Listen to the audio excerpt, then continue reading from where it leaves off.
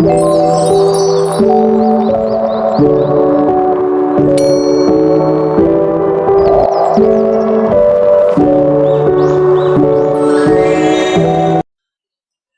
kalau kita datang ke kuburan orang tua, kali kerabat, kemudian kita membaca Al-Fatihah?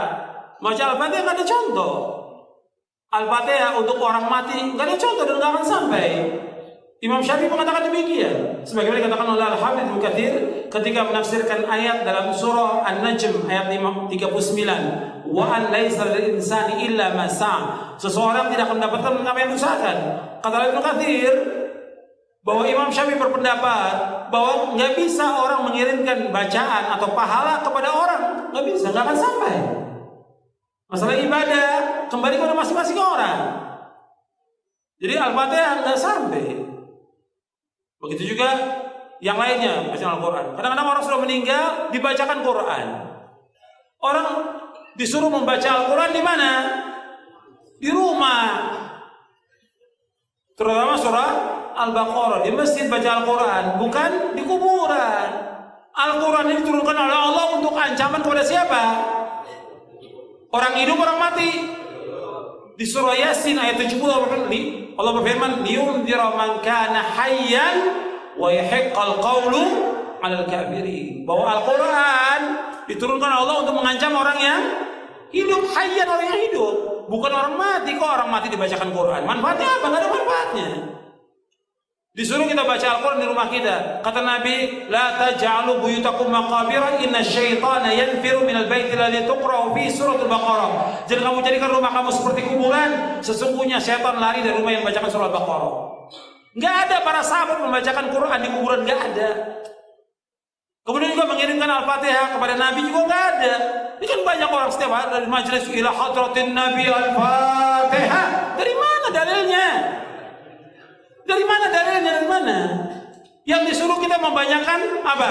Sholawat kepada Nabi, bukan baca Al-Fatihah. Kenapa enggak Al-Baqarah? Kenapa enggak Ali Imran? Kenapa enggak An-Nisa? Kenapa enggak Al-Maidah? Kok Al-Fatihah? Enggak ada dalilnya. Di Quran maupun di hadis Nabi yang sahih, enggak ada para sahabat kumpul, ayo kita baca Al-Fatihah untuk Nabi. Enggak pernah ada. Enggak ada seluruh riwayat yang demikian dan enggak akan sampai. Perhatikan, yang Nabi mau kepada umatnya apa? Ittiba, mengikuti beliau, bukan mengirimkan Al-Fatihah. Nabi sudah tempatnya di sorga yang paling tinggi. Nabi itu Firdaus al-A'la yang paling tinggi. Yang pertama kali membuka pintu sorga siapa? Rasulullah SAW. Kita kayak banyak amalan aja ngirimkan Fatihah ke Rasulullah. Assalamualaikum warahmatullahi wabarakatuh. Perkenalkan, nama saya Isnatul Mukarramah dari Pendidikan Guru Sekolah Dasar.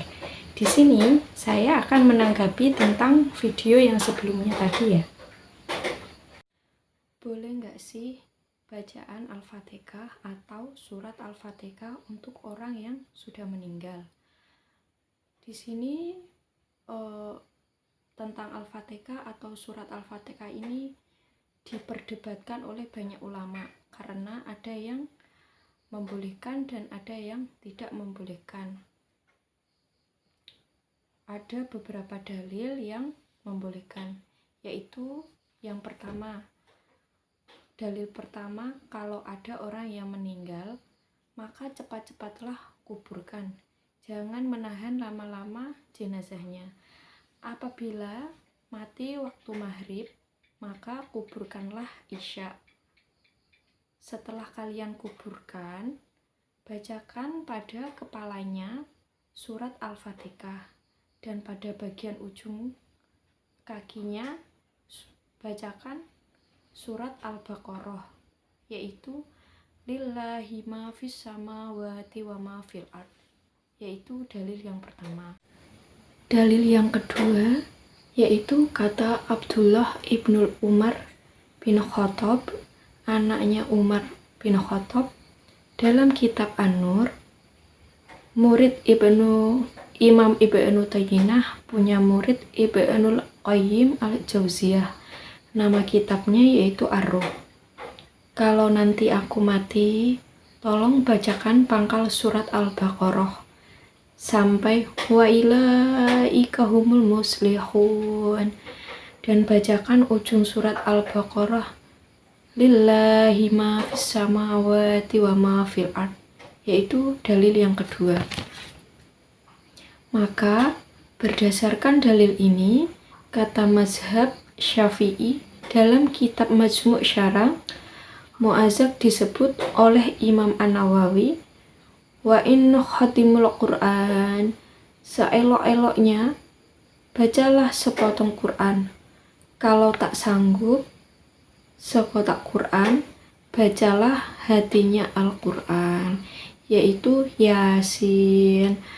Kalau tak sanggup baca Yasin karena kepanjangan, maka bacakanlah Ummul Quran, yaitu Al-Fatihah. Demikian tanggapan tentang surat Al-Fatihah untuk orang yang sudah meninggal. Apabila ada salah kata, saya mohon maaf. Wabillahi taufiq wal hidayah. Wassalamualaikum warahmatullahi wabarakatuh.